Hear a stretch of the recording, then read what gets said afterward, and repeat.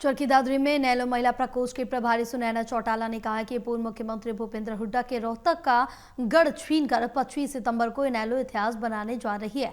भूपेंद्र हुड्डा का रोहतक गढ़ नहीं बल्कि झूठी चौधर का नारा देकर जनता को बरगलाना था।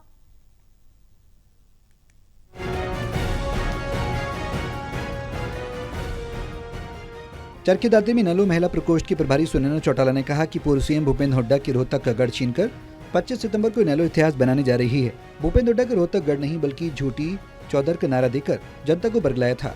अब इनेलो उसी रोहतक में देवीलाल के गढ़ को जीतने निकली है। बापू बेटे ने हरियाणा का नाश किया। हमारे नेता जो हैं सभी लगे हुए हैं इस कवायद में कि रैली को हम मजबूत बनाएं, रैली को रिकॉर्ड तोड़ बनाएं। और एक बात आपने कही, गढ़, ये गढ़ चौधरी देवीलाल जी का था।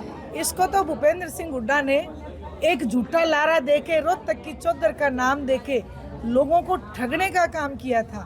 आज लोगों के दिमाग में वो ठगी ठोरी क्लियर हो चुकी है, क्योंकि इस बार जो भारतीय जनता पार्टी सत्ता में है वो केवल भूपेंद्र सिंह हुड्डा की मिलीभगत से है। इसलिए ये गढ़ हम वापस जीतने के लिए निकले हैं और निश्चित रूप से 25 सितंबर का दिन वो दिन होगा जिस दिन ये नया इतिहास लिखा जाएगा।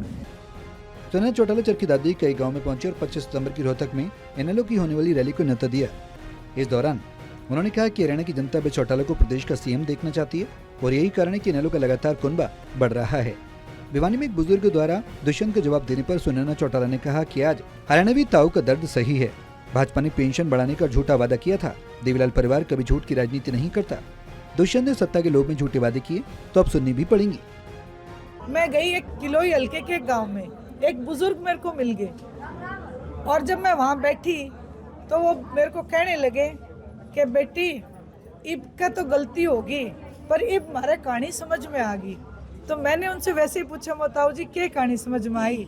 बोले न्यू समझ में आ गई कि हरियाणा का पहले नाश करे जेजेपी ने और इब के जो नाश करे है वो करे बाबू बेटे ने।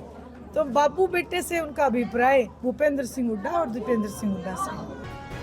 सुनैना चौटाला ने कहा कि आधा हरियाणा बाढ़ की चपेट में और भाजपा सरकार पोर्ट पोर्टल खेल रही है। अब फसल खराब तो रबी फसलों पर बिजाई का संकट मंडराया है। ऐसे में सरकार को मुआवजे की घोषणा करनी चाहिए। बहरहाल सुनैना चौटाला ने कांग्रेस और बीजेपी को जमकर घेरा है। चरखी दादरी से प्रदीप साहू की रिपोर्ट, टोटल टीवी।